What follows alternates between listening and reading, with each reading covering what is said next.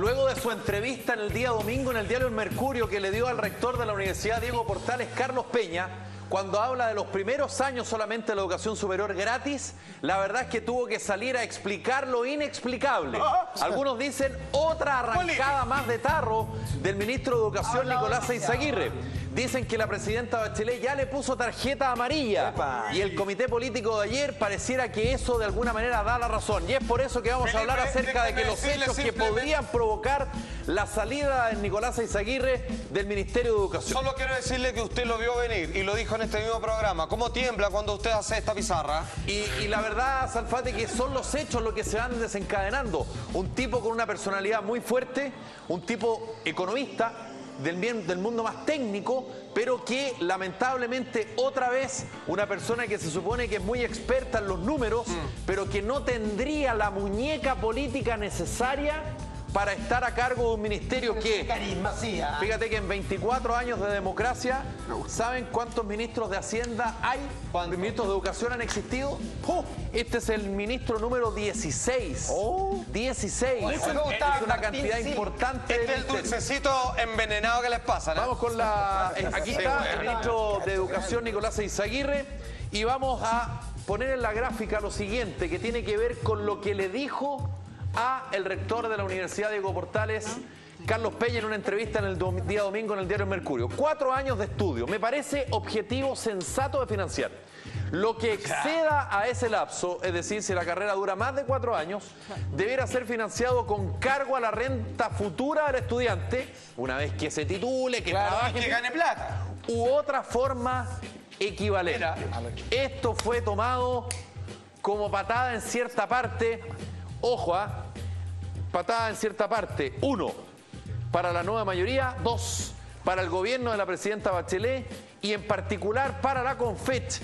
¿Por qué? Porque de alguna forma lo que ellos interpretaron es que lo que está diciendo Nicolás Eyzaguirre es que no estaría cumpliendo el programa de gobierno de Michelle Bachelet, que habló de gratuidad en la educación escolar, educación universitaria o superior. Ya, pero la primera vez que la futura presidenta en aquel entonces dice que va a hacer esto, uno que más o menos entiende un poquito de esto dice, bueno, o sea, se coció porque es imposible. Ahora, no, es una promesa que no puede cumplir. Él le está regalando como la mitad del dulce, así como te pasó la mitad de la torta. Sí. Fue tal el impacto que provocó esto que ayer hubo un comité político en el Palacio de la Moneda y el ministro de Educación, Nicolás Eyzaguirre, hizo la clásica. Yo no dije lo que dije. Claro. Y se mandó esta declaración. Pongan atención, por favor.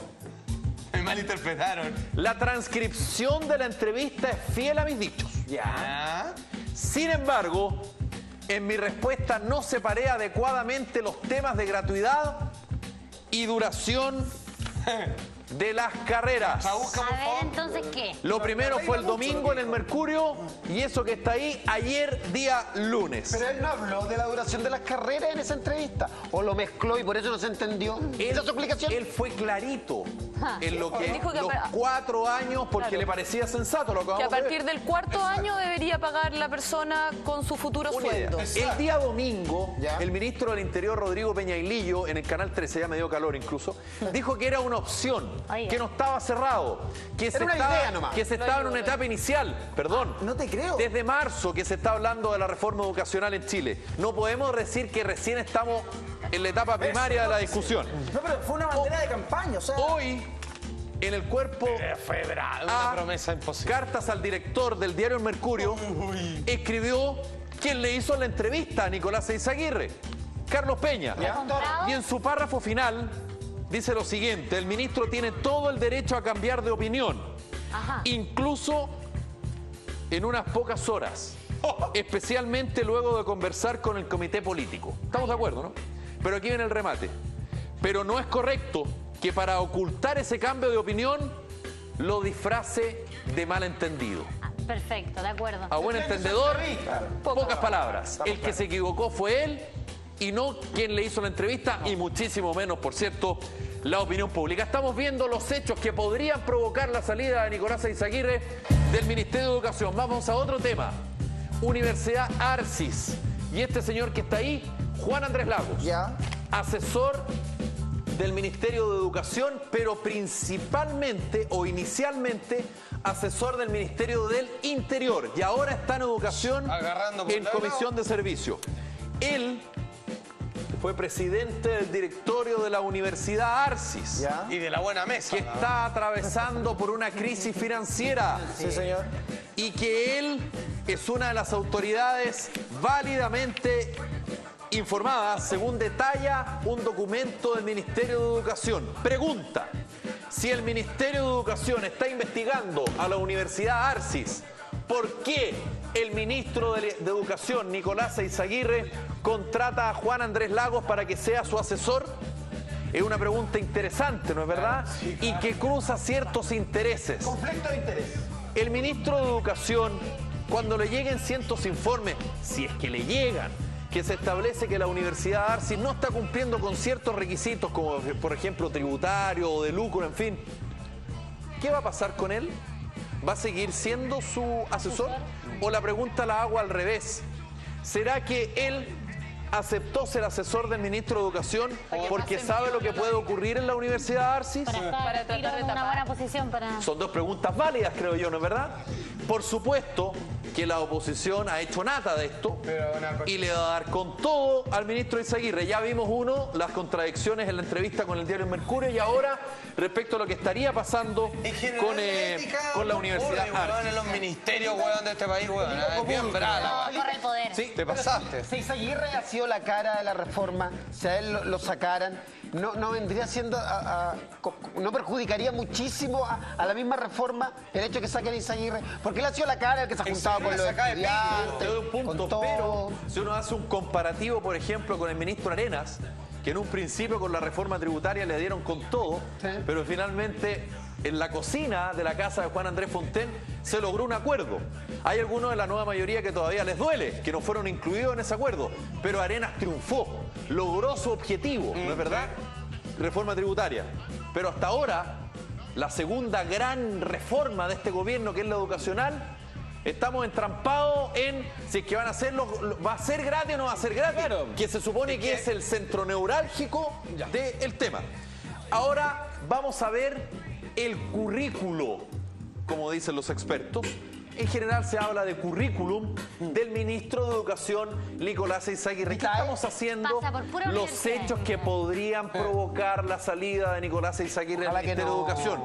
Otro antecedente más que la oposición actual está aprovechando con todo para buscarle la quinta pata al gato, dicen algunos, y dejar en evidencia, dicen otros, de algunas mentirillas de Nicolás Eizaguirre. Fíjense que en Chile B larga, por cierto, .cl dice, ahí está, Eizaguirre no es candidato a rector. El reglamento de Harvard indica que Eizaguirre no es candidato a doctor y que solo fue alumno del establecimiento hasta el año 1985. Manténgame solo un segundo esa gráfica, señor director. Doctor, al doctorado. En su currículum dice que es candidato a doctorado. Muy bien, Felipe. No, que es pediatra. Correcto.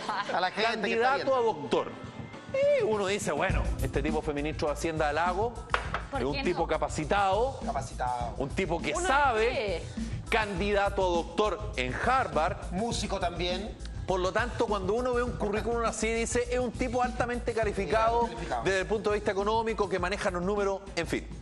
Sin embargo, fíjense que el reglamento interno de la prestigiosísima Universidad de Harvard establece primero que hay un plazo máximo de 8 años para ser candidato. Es decir, una vez que tú ingresas a un estudio de pregrado o de posgrado, pasan 8 años para que tú puedas ser candidato a doctor. Si no lo haces en esos 8 años, dejas de ser candidato a doctor. Sí, claro, para irte el cupo. Y tienes que estudiar de nuevo. Les puedo decir que han pasado más de 32 años.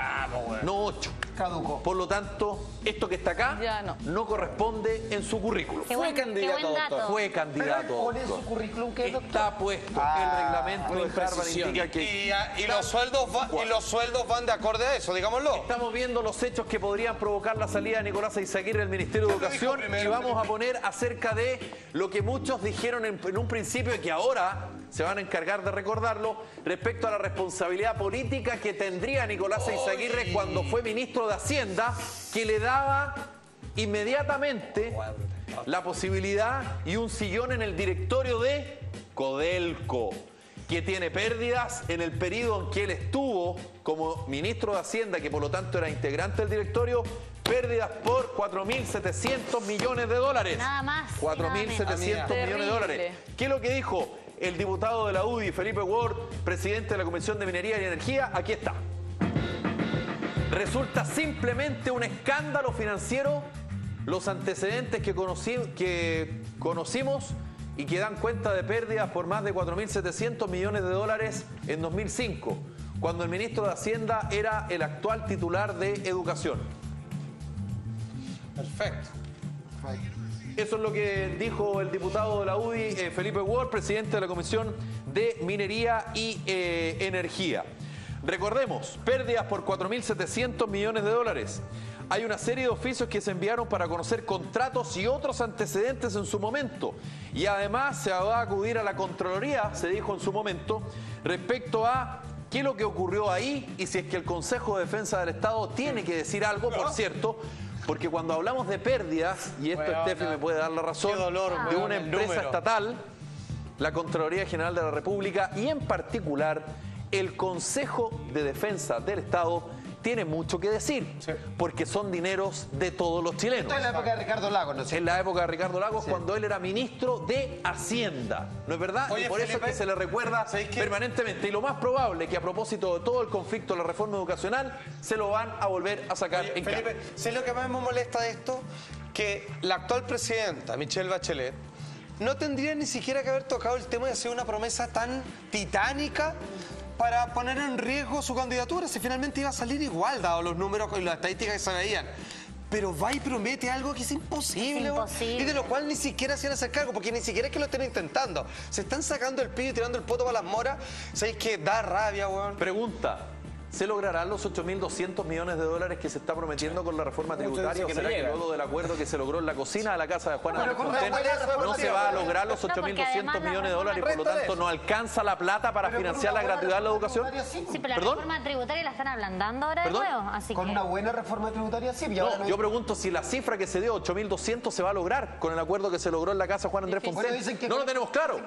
Claro, hay que confiar en las autoridades, pero resulta coincidente que días después de esa reunión, Eizaguirre ya no es tan claro respecto a la gratuidad. Peñalillo dice se está viendo, no es una decisión final. Y ayer Nicolás Eizaguirre, luego de todo el revuelo, sale diciendo lo que acabamos de ver. Es Entonces, que la reforma tributaria va de la mano de la educación. Correcto, van de la mano. Y muy bien de la mano. Felipe, Bueno, esto es una cartera caliente. Es una cartera caliente. Es una papita caliente. Es una cartera súper compleja. De controlar y de la verdad es que duran bien poco los ministros de educación. Duran muy poco. De hecho, en el gobierno de Patricio Aylwin fueron 2 ministros. En el gobierno de Frei Ruiz Tagle, 3 ministros. En el gobierno de Ricardo Lagos, 3 ministros. En el gobierno de Bachelet, 3 ministros. En el gobierno de Piñera, 4 ministros.